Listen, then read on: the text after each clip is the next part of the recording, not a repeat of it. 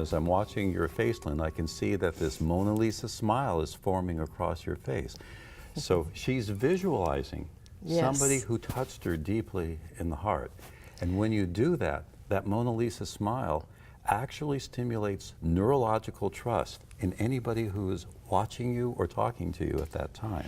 That's not only fascinating, but I felt myself lifted up. I felt a positive emotion come over my body, and I could hear the words that that person said to me. What did they say? That person said to me, and this was in relationship to a dream that I was holding, and this was before I started the Cafe of Dreams, but that person said to me, the mind that can think up a dream is the same mind that knows exactly how to accomplish the dream. And you can feel the wisdom in that. I get tingles in me, and because you relayed the story, because you had a clear visual image, I'm sure many of you watching this have the same tingling experience watching her. And now, at this time or later, if you go back in, anytime you want to feel uplifted, anytime you're feeling anxious about yourself, anytime you have self-doubt, pull up a memory from any teacher, any healer, any coach you've had, or any friend you've had, those 4 qualities that I'm calling parts of mentorship. Right.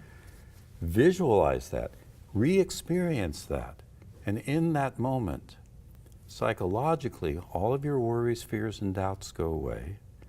But neurologically, I later found out, you actually suppress the negative emotional circuits in your brain. You actually begin to rewire your frontal lobes to become more positive, optimistic, and that makes you have the ability to make those decisions to literally make your dreams come true.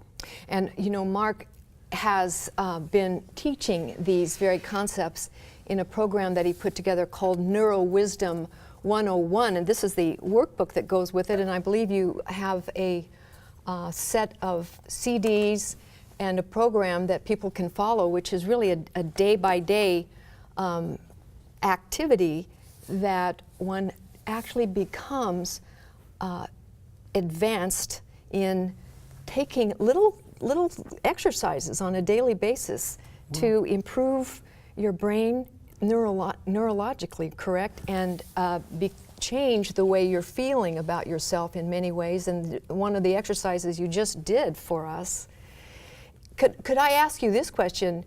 Is that one of the ways that we can actually become a mentor to ourselves? Well, that's why and how I created NeuroWisdom, and as an MP3 download as well, so that you can get it all on your computer. Yes. A question for me has always been, my love has always been, even when I was reading those 300 books, a year, and getting all those books sent to me for free, by the way, because when you review books, everyone sends you those books, because I actually received probably 500 a year. And you actually read them all. Well, an academic book is interesting. You can read the opening chapter and the closing chapter, and that's all you need, because everything in between is just how they got from their hypothesis to their evidence to their conclusion. So you can go through academic books rather quickly.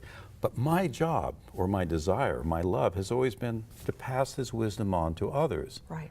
I've never been that interested in it being just for myself. So when I built up that transpersonal review, it was my search for knowledge and wisdom. It was my incessant reading of the literature that brought me to the attention of a man named Jeremy Tarcher. And he is my one and only and true mentor, who was teacher, healer, coach, and friend. Jeremy Tarcher, really all 4 of your qualifications together in one mentor. Was that because he rose to the level of being also a friend, which was your fourth qualification here? Eventually, yes. Yes. Jeremy is one of the most famous publishers in New York history. Right. And he's retired now, but Tarcher got bought. He sold it to Putnam, and then Penguin bought it. So Tarcher Penguin is still one of your major imprints in the New York publishing world. And Jeremy was closing down his Los Angeles office, and he needed to have a developmental editor to help him with some projects that he was still working on. So he called me into his office. I'd been trying to get in touch with this man because I had been an editor. I've been involved with writing since the age of 14. I was publishing newsletters and winning awards from the age of 14 on. And so my dream was to actually be involved in the editorial world of New York. Jeremy invites me into his office. He sits back. He's 10 years older than me, so I'm like 50 years old. He's like 60 years old. And the first words out of his mouth, as a question whether he's going to hire me or not, he says, "Mark, have you ever taken LSD?" Oh, no. What a question. I immediately knew what the only correct answer was for that, and the answer truth? was yes. Because Jeremy's whole publishing industry was based on the transpersonal movement, on the exploration of consciousness, and this all began by a bunch of kids taking Yes. LSD Yes. in the 1960s, and if you went to UC Santa Cruz where I went, nobody drank. Yeah. But they did take psychedelics for the sole purpose of finding out who you really were. Right. So we never talked about my qualifications. We spent the next 2 hours talking about the development of human consciousness and everything else. He hired me as a developmental editor. I worked with him closely for many years and with the New York office and with some of the most famous authors in the world. So I had a wonderful opportunity to help other writers and authors bring their words of wisdom to the entire world. And his friendship meant so much to you that it helped you to be more than who you thought you were, perhaps? Well, I was a crappy writer at the time. I didn't know I was a crappy writer. I don't think any crappy writer knows that they're a crappy writer. But Jeremy was remarkable because anytime I would write something, he would say, "Mark, that's wonderful, and if you did this, it would be even better." And I was a good student, so I kept doing that, or I would always send him something new. He said, "That's wonderful." Finally, he got to the point and said, "Mark, okay, you're doing good enough. You know, Yeah. you don't have to send me anything more." After many, many years, I finally asked him a blunt question, because I noticed that he would do this with all of his writers and authors. And I said, "Jeremy, when you tell a writer or an author that their work is really wonderful and they can improve it if they did this, this, and this, are you saying that because you really believe that they're a good writer? Or do you simply do that because that's what a young writer needs to hear?" His answer to me was again a transformational moment. He said, "Mark, I really don't know." And so I learned to become an extraordinary writer, an extraordinary editor. I'm still involved in the publishing world. I still coach writers throughout the world.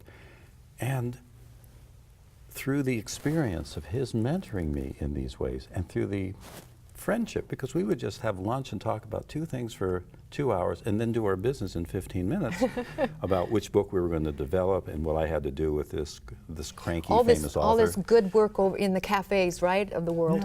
Yeah. And, you know, all of these people my mentors have all had an extraordinary quality. They all looked for the tiniest elements inside of me that were gifts, the best of that person. And they focused on that. And we can do that as parents, as teachers, as mentors for others. We can look at anyone, and no matter how many problems they have, if you look behind the surface, you're always going to see some hidden gift or talent. And the interesting thing about human beings and the nature of the brain and neuroscience is that we're never aware of what our greatest strengths are, but we're always conscious of all of our weaknesses. So it's easy to get entrapped into becoming a chronic worrier or Yes. self-doubter. Yes. So my work for the last 15 years, and with Andy Newberg and the brain scan studies that we do with nuns and Buddhists and Pentecostals and people doing affirmation work, is to find out what are the fastest, easiest ways for a person to change their brain from chronic anxiety to consistent optimism. Yes. Now, that is That's what neurowisdom is that's about. what neurowisdom is.